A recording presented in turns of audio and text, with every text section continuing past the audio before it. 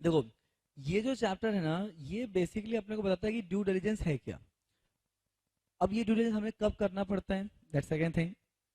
Third thing, अगर मैं due diligence कर रहा हूँ तो ड्यू डिलिजेंस कैसे करने का है, दैट इज थर्ड थिंग।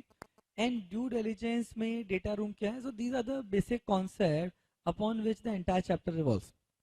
तो अगर मैं सबसे पहले ड्यू डिलिजेंस का अगर मीनिंग देखूं, तो what is due diligence? Due diligence है क्या, जब आप किसी चीज, आज मैं एक कंपनी का टेक ओवर कर रहा हूँ, एक कंपनी दूसरी कंपनी के साथ मर्जर हो रहा है, तो वहां पे आप ट्रांजेक्शन, जो भी बायर है, या आज अगर आप भी अगर एक प्रॉपर्टी परचेज करते हो, आप एक लड़की से शादी करने जा रहे हो, आप अपनी सिस्टर की शादी करने जा रहे हो, आप उस बंदे के बारे में, उस अदर पार्टी के बारे में सब कुछ पता करते हो।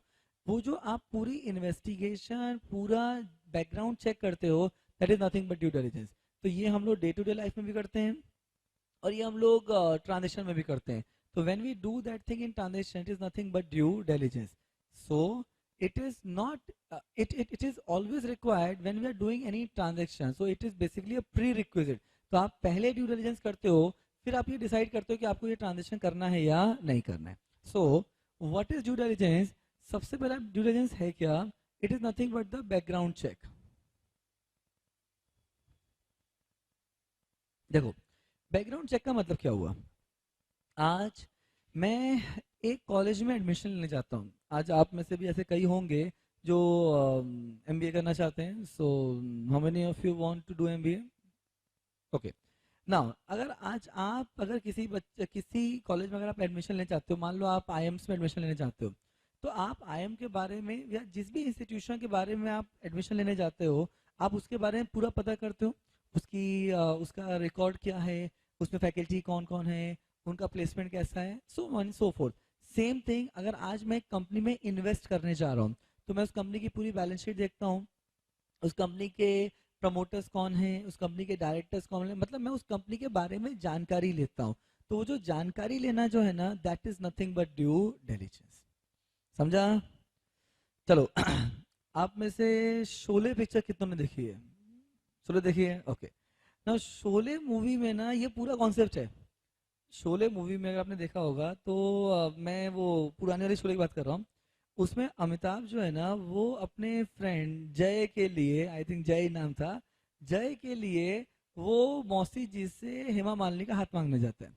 तो मौसी जी और जो अमिताभ के बीच में डिस्कशन होता है ना, it is nothing but due diligence. तो मौसी जी से पूछती है कि अच्छा बताओ बेटा, तुम्हारा दोस्त करता क्या है? तो अमिताभ बोलता है, मौसी जी करने का क्या है, अब आदमी कभी कभी जुआ खेलता है, रोज तो आदमी जीतता नहीं है। तो अच्छा मतलब जुआ भी खेलता? बोले नहीं मौसी जी ऐसा नहीं है, पर एक बार आदमी पी लेता है तो पीने के बाद कहाँ होश रहता है।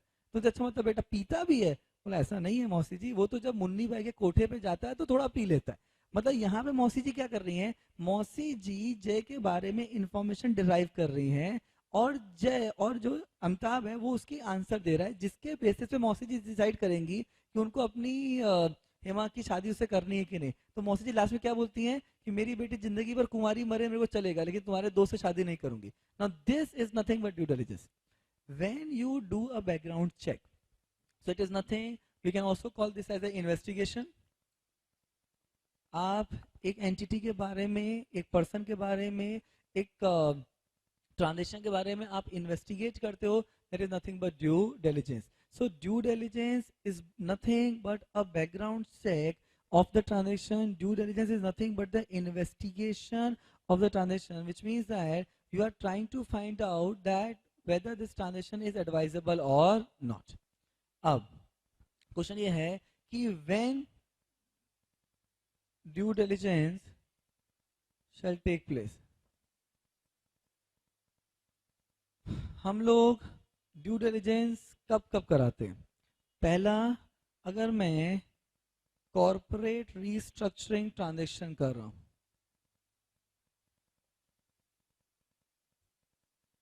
नाउ अगर मैं कॉर्पोरेट रीस्ट्रक्चरिंग ट्रांजेक्शन कर रहा हूं, now when I say corporate restructuring transaction, it can be in the nature of merger, it can be in the nature of take over, it can be in the nature of acquisition, it can be in the nature of buyback, it can be in the nature of capital reduction, etcetera etcetera.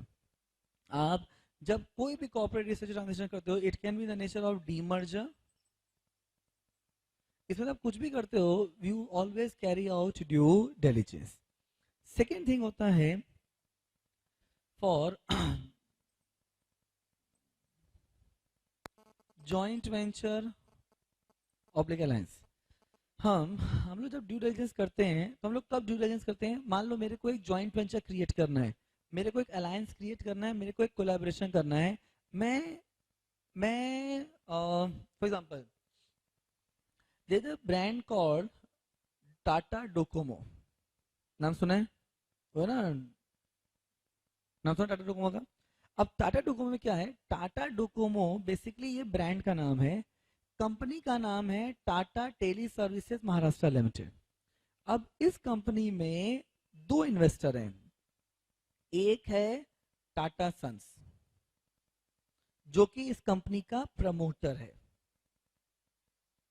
और इस company में investment किया एक Japanese company ने जिसका नाम है LTT Docomo INC,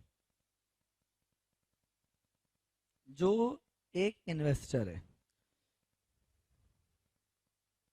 अब टाटा डोकोमो जो है ना, ये एक लिस्टेड कंपनी है। अब है क्या, and Tata Docomo is nothing but a brand. अभी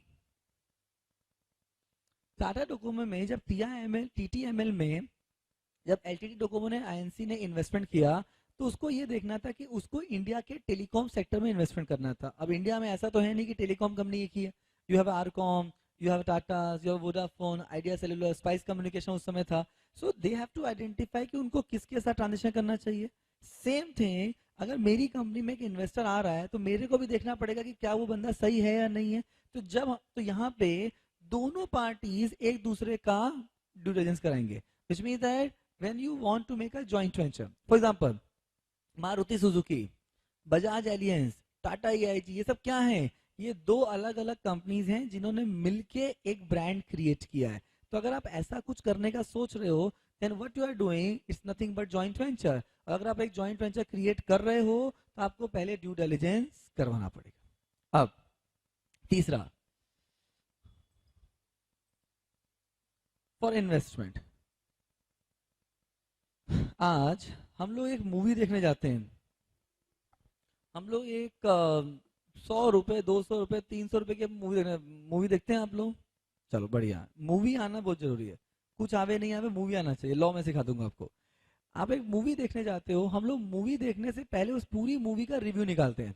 हम पता करते हैं भाई रिव्यू कैसी मूवी है, क्या रेटिंग है, we read on Times of India के एप्लीकेशन में देखते हैं कि मूवी में क्या स्टोरी है। We always try to know as much as possible, जिससे कि हमारा टाइम और पैसा बर्बाद ना हो। तो जब हम 300 रुपए की मूवी के लिए अगर इतने कंसर्न है, तो जहां आपका 10,000 करोड़ का फंड लगेगा वहां पे तो आप डेफिनेटली कंसर्न हो जाते हैं। तो यहाँ पे आप जब एक इन्वेस्टमेंट कर रहे हो, whenever you make investment you always do due diligence। मतलब मैं जब एक आज मैं एक कहीं पे इन्वेस्टमेंट कर रहा हूँ, then I will always go for due diligence। And the fourth thing why we do due diligence is that, or when we do due diligence is that when we do fundraising।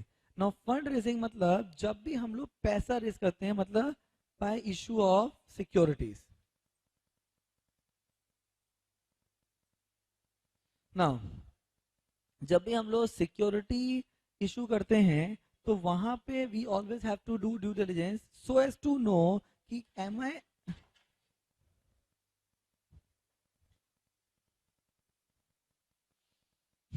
Now so as to know that am I eligible to carry out due diligence or am I eligible to do fundraising or not।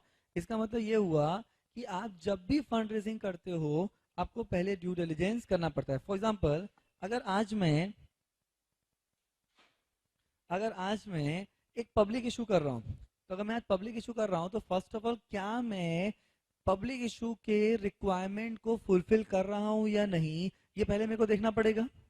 आज क्या market में जितनी भी companies हैं उनके जो भी managing director हैं सब क्या लॉ ग्रेजुएट ही हैं क्या? नहीं, एमबीए भी हो सकते हैं, सीए भी हो सकते हैं, डॉक्टर्स एंड अदर प्रोफेशनल भी हो सकते हैं। सो दे डोंट नो कि फंड रेजिंग के टाइम पे are they fulfilling the norms और नॉट। इसलिए what they do due diligence. to identify कि are they eligible to do fundraising or not. These are the transaction when company have to do due diligence. समझा? चलो आगे चलते हैं. अब देखो,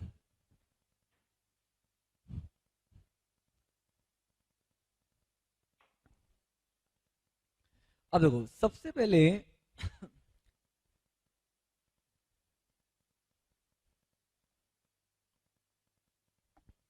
process of due diligence.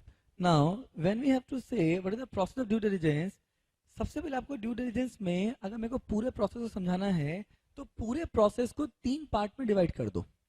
Now 3 part में there is something called pre DD, there is something called DD and there is something called post DD. Now what is pre DD? मैं due diligence करने से पहले वो हर एक activity जो due diligence करने से पहले की जाती है that is called pre DD. इसका मतलब क्या हुआ? इसका मतलब है कि सबसे पहले who will do due diligence? कौन करेगा due diligence? Simple answer, it will be done by the professional.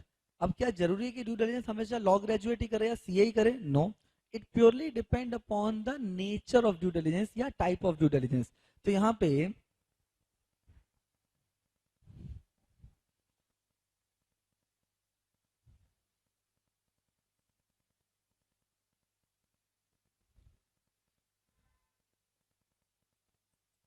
इसको आप एक्सपर्ट भी बोल सकते हो और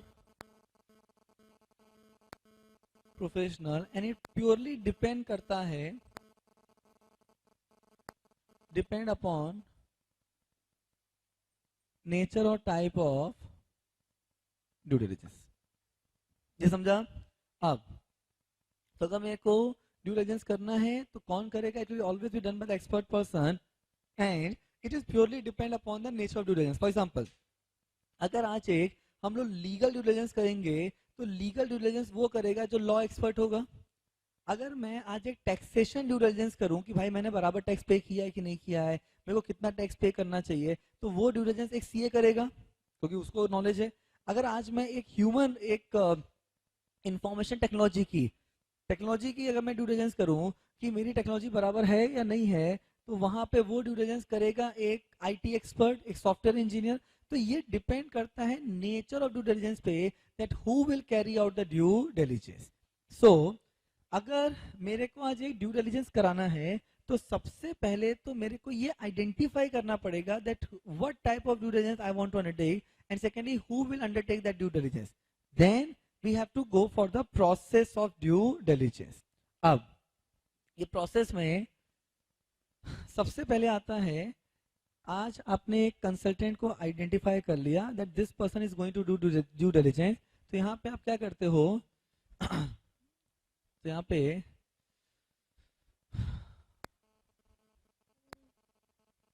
प्रोफेशनल या इसको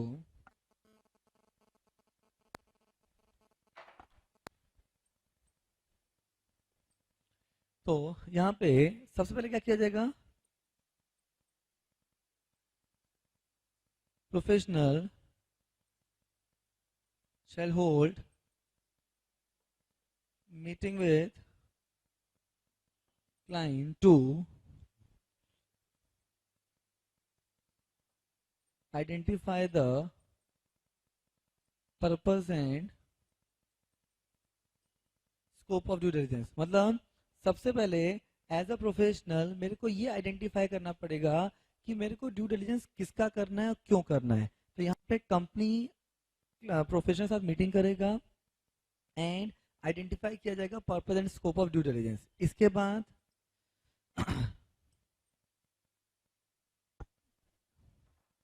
negotiate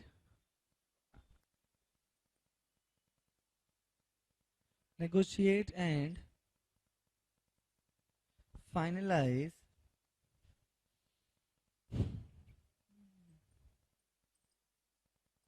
the terms of engagement. आप एक नेगोशिएट करते हो, टाइमलाइज करते हो टर्म्स ऑफ एंगेजमेंट को कि किस टर्म्स पे आप सामने वाले को एंगेज करोगे. एक बार आपने फीस नक्की हो गई। अच्छा, व्हेन आई से टर्म्स ऑफ एंगेजमेंट, इसका मतलब है कि कितने दिन में ड्यू डिलिजेंस करना है, टाइम पीरियड, क्या फीस आप चार्ज करोगे, everything you will finalise. Finalise करने के बाद थर्ड थिंग क्या किया जाता है, थर्ड थिंग एग्जीक्यूट। देखो यहाँ पे दो एग्रीमेंट साइन होते हैं, एक होता है engagement letter,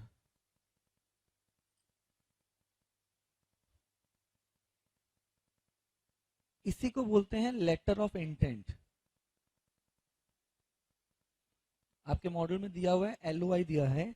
letter of intent का मतलब होता है वो एंगेजमेंट लेटर जिससे कंपनी एक प्रोफेशनल को हायर करता है। अच्छा, यहाँ पे याद रखना, व्हेन आई से client it means I am talking about the company जिसको ड्यू डिलिजेंस करवाना है। समझ रहे हैं एवरीवन? चलो नाउ, तो यहाँ पे आप एक एंगेजमेंट लेटर साइन करोगे।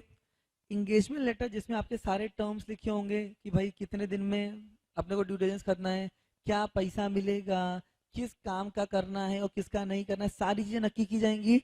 उसके बाद आज आप लोग एक कंपनी में जॉब ज्वाइन करने जाते हो या आप खुद की प्रैक्टिस चालू करते हो और आपके पास कोई क्लाइंट आता है, तो क्या सब कुछ करोगे क्या आप क्लाइंट के साथ एक टर्म नक्की करोगे कि भैया मैं तुम्हारा क्या काम करूंगा, क्या नहीं करूंगा, और जो काम करूंगा उसका कितना पैसा लगेगा, कितना पैसा लूंगा, कितने दिन में करूंगा। These are nothing but the terms. तो ये आपके, आप जब ये टर्म्स को नक्की कर लोगे, फाइनलाइज करोगे, तो आप एक लेटर में उसको एक पेपर पे लिख के, एक एग्रीमेंट के फॉर्म में लिख के आप उसको एग्जीक्यूट करोगे, साइन करोगे। अच्छा, क्या हम लोग को ड्यू डिलिजेंस के टाइम पे कंपनी की कुछ कॉन्फिडेंशियल इंफॉर्मेशन मिल सकती है? मिल सकती है, क्योंकि कंपनी में बड़े बड़े ट्रांजेक्शन हो रहे हैं, मर्जर, टेक ओवर, इन्वेस्टमेंट, जो कि हमेशा से प्राइस सेंसिटिव इंफॉर्मेशन है।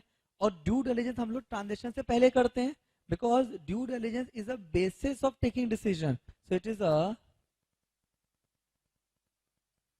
basis of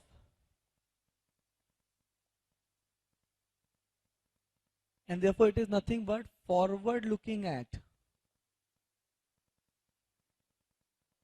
अब देखो, ये एक फॉरवर्ड लुकिंग एक्ट है, इसके बेसिस पे आप डिसीजन लेते हो, तो यहाँ पे अपने को कंपनी की कॉन्फिडेंशियल इंफॉर्मेशन मिल सकती है। अब अगर कॉन्फिडेंशियल इंफॉर्मेशन मिल रही है, तो यहाँ पे आप क्या करते हो, आप एक एंगेजमेंट लेटर साइन करते हो, लेटर ऑफ इंटेंट साइन करते हो, और एक दूसरा आप साइन करते हो नॉन डिस्क्लोजर एग्रीमेंट, जिसमें कंसल्टेंट जो प्रोफेशनल है वो ये नक्की करता है कि उसको जो भी इंफॉर्मेशन मिलेगा उसको वो मार्केट में डिस्क्लोज नहीं करेगा, उसका कोई भी गलत फायदा उठाएगा नहीं। जब ये सारी चीजें हो गई, तो अब इन लोग के बीच में टर्म्स नक्की हो गए। टर्म्स नक्की होने के बाद फोर्थ क्या किया जाएगा, अब professional send checklist to client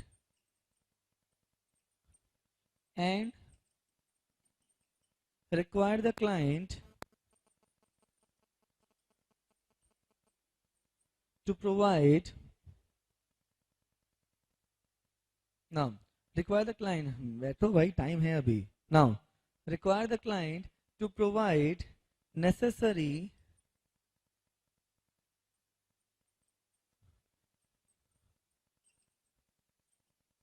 information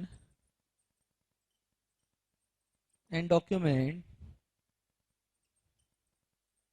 for due diligence। ये समझा? ध्यान से पढ़िए इसको, क्या लिखा है, प्रोफेशनल शेल प्रोफेशनल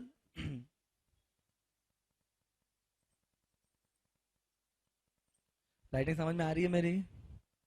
देखो, जितने महान लोग दुनिया में पैदा हुए हैं ना, उनकी राइटिंग खराब ही थी। महात्मा गांधी समझ लो, हिटलर समझ लो, या मेरे को समझ लो, ठीक है?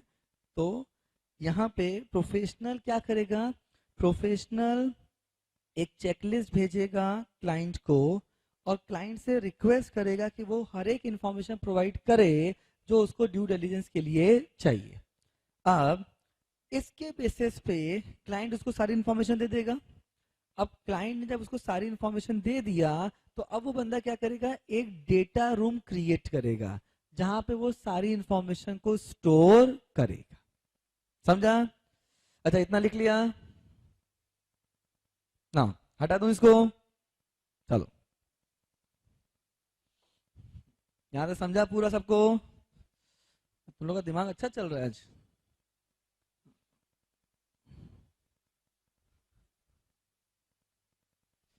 अब देखो, अब यहां पे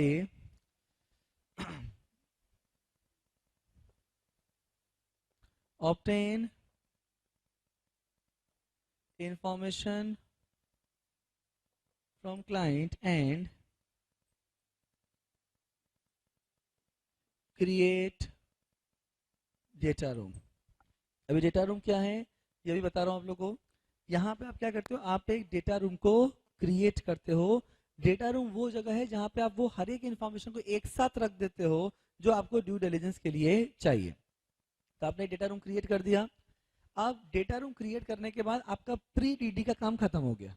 तो प्री डीडी में क्या क्या होता है? प्री डीडी में अपने को एग्रीमेंट एग्जीक्यूट करना है, टर्म्स को फाइनलाइज करना है, क्लाइंट को इन्फॉर्मेशन चेकलिस्ट भेजनी है, क्लाइंट से इंफॉर्मेशन कलेक्ट करना है और डेटा रूम को क्रिएट करना है।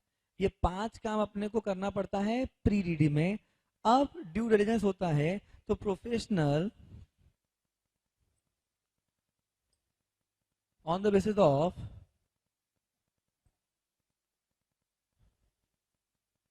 Information provided professional shall carry out due diligence and submit their report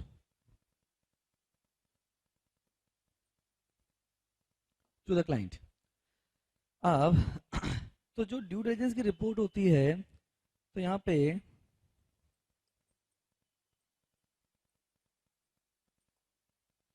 now due diligence की रिपोर्ट है, ये 4 तरीके की हो सकती है। It can be in the nature of deal maker, it can be in the nature of deal breaker,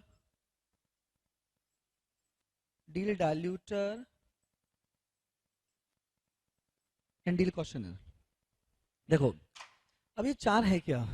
deal maker report क्या बोलता है कि ये बेस्ट ट्रांजेक्शन है, बिंदास करो, मतलब अपने को ट्रांजेक्शन करना ही चाहिए। तो अगर अपनी रिपोर्ट डील मेकर रिपोर्ट बनती है तो इसका मतलब ये ड्यू डिलिजेंस क्या बोल रहा है कि क्लाइंट को ये ट्रांजेक्शन करना चाहिए, मतलब आगे बढ़ो। डील ब्रेकर बोलता है कि बिल्कुल ट्रांजेक्शन मत करो, क्योंकि इस ट्रांजेक्शन में फ्यूचर में अपने को प्रॉब्लम आने वाली है, कष्ट आएगा, इसलिए इस ट्रांजेक्शन को मत करो। This is called deal breaker report. तो ये क्या है? These are nothing but the outcome of due diligence report. समझ रहे हैं? ये अपने को ड्यू डिलिजेंस किया तो अपने को मालूम पड़ा कि इसमें हुआ क्या है। तो ये है outcome of due diligence report. अभी it can be the nature of deal diluter. Now what is deal diluter? मान लो मैं आपकी कंपनी का टेक ओवर करने वाला हूं, मैंने आपको बोला कि मैं आपको 100 करोड़ रुपए दूंगा, 100 CR, लेकिन बाद में ड्यू डिलिजेंस करके मेरे को मालूम पड़ा कि आपकी कंपनी में कुछ कंटिंजेंट लायबिलिटी है जो एक्चुअल लायबिलिटी में कन्वर्ट हो भी सकता है और नहीं हो सकता, और ये कंटिंजेंट लायबिलिटी मान लेते 25 करोड़ की है। तो अब मैं आपको क्या 100 करोड़ रुपए दूंगा? नहीं। अब मैं आपसे बोलूंगा, ये देखो भाई, तुम्हारी कंपनी को अगर मैं परचेज करता हूं तो मेरे को 25 करोड़ की लायबिलिटी आ भी सकती है, नहीं भी आ सकती। तो पहले मैं तुमको 100 करोड़ दे रहा था, लेकिन अब मैं तुमको 80 करोड़ ही दूंगा। तो यहाँ पे डील डायल्यूटर की ये नहीं बोलता कि डील डायल्यूटर की डील मत करो, डील डायल्यूटर की वजह से डील की जो वैल्यू होती है वो कम हो जाती है। समझ रहे हैं? तो आपका डील मेकर क्या बोलता है? ट्रांजेक्शन करो। डील ब्रेकर क्या बोलता है? ट्रांजेक्शन मत करो। डील डायल्यूटर बोलता है ट्रांजेक्शन करो, लेकिन जितना पैसा दे रहे हो उससे कम पे करो। एंड डील कॉशनर क्या बोलता है? डील कॉशनर अपने को यह बताता है कि इस ट्रांजैक्शन में अपने को फ्यूचर में प्रॉब्लम आ सकती है, लेकिन फाइनेंशियल प्रॉब्लम नहीं है, इसलिए इसको अपने को ध्यान रखने का है। फॉर एग्जांपल, आज अगर एक कंपनी से कंपनी के एम्प्लॉयज बहुत जल्दी छोड़ने लगे, एकाएक कंपनीज के एम्प्लॉयज भागने लगे बाहर, तो क्या ये कंपनी के लिए एक अच्छा साइन है? नहीं। इसका मतलब अपने को ये देखना पड़ेगा, अपने को ये समझना पड़ेगा कि कंपनी का ह्यूमन रिसोर्स क्यों भाग रहा है। तो यहाँ पे अगर मैं एक कंपनी परचेज कर रहा हूँ जिसमें एम्प्लॉय एट्रिशन रेट बहुत हाई है, तो मेरे को एज ए एक्वायरर ये देखना पड़ेगा कि वहां पे इतना क्या प्रॉब्लम है जिससे एम्प्लॉय भाग रहे हैं। बिकॉज याद रखना, the most important resource in a organisation is human resource. आपके बाकी सारे रिसोर्स अच्छे हों लेकिन ह्यूमन रिसोर्स खराब है तो ऑर्गेनाइजेशन ग्रो नहीं करेगी। एंड अगर रिवर्स है तो ऑर्गेनाइजेशन ग्रो कर सकती है, because human resource is the most active resource. तो यहाँ पे डील क्वेश्चनर अपने को वो एस्पेक्ट बताता है जिसका करंट में फाइनेंशियल इंपैक्ट नहीं है लेकिन फ्यूचर में इंपैक्ट आएगा। या एग्जाम्पल, मान लो मेरी कंपनी का मार्केट में नाम खराब हो रहा है, तो आज मेरी कंपनी मार्केट लीडर है लेकिन नाम डाइल्यूट हो रहा है, तो क्या ये चीज मेरे को लॉन्ग टर्म में अफेक्ट करेगी? अगर अफेक्ट करेगी तो अपने को आज देखना पड़ेगा कि हम लोग क्या करें जिससे कि ये प्रॉब्लम ना आवे फ्यूचर में। This is called deal questioner. तो अपने को ड्यू डिलिजेंस से 4 तरीके की रिपोर्ट मिलती है: deal maker, deal breaker, deal diluter and deal questioner. क्या समझा एवरीवन? इतना लिख लिया? पक्का? हटाऊं? चलो अब देखो,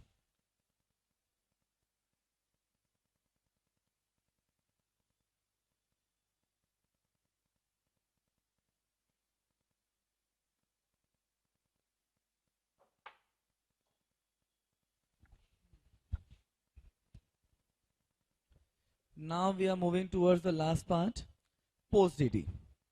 ना पोस्ट डीडी में हम लोगों ने ड्यू डिलिजेंस किया, हम लोग कुछ प्रॉब्लम सामने आई, कुछ नॉन कंप्लायंस मालूम पड़े, तो उस प्रॉब्लम को कैसे रेक्टिफाई किया जाए ये हम लोग पोस्ट ड्यू डिलिजेंस में बताते हैं। तो यहाँ पे post DD is nothing but